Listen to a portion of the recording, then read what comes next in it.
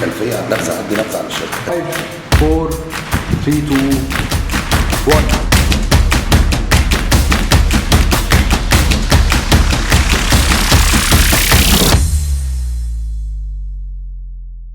هنتكلم احنا في اوت اوف ذا بوكس بنعمل ايه لما بنيجي نختار خطه للكونتنت الخاص بيك على منصات التواصل الاجتماعي المختلفه.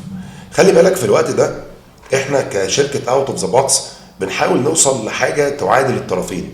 ان انت دايما لما بتيجي تعمل اي كونتنت خاص بيك على السوشيال ميديا بتبقى دايما بتتدخل بذوقك انت الشخصي، ان انت محتاج الديزاين، مثلا انت بتحب الالوان السوداء، لا انا بحب اللون الذهبي، فبتبدا تختار تصميمات وكونتنت يليق بيك انت لوحدك، او بيبقى حاجه انت شايف ان هي المفضله بالنسبه لك.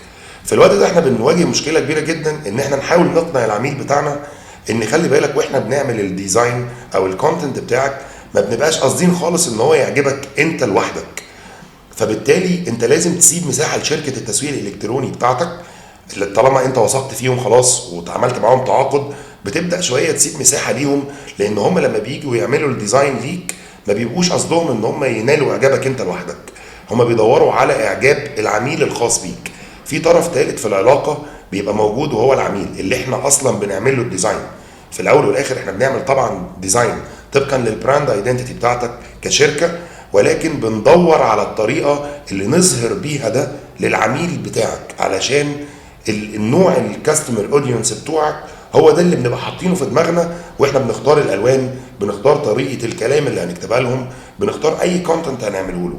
فلازم دايما لما تبقى مع شركه تسويق تسيب مساحه شويه في موضوع الديزاين، ان هم مش بيدوروا على الحاجه اللي تعجبك او على ذوقك انت لوحدك.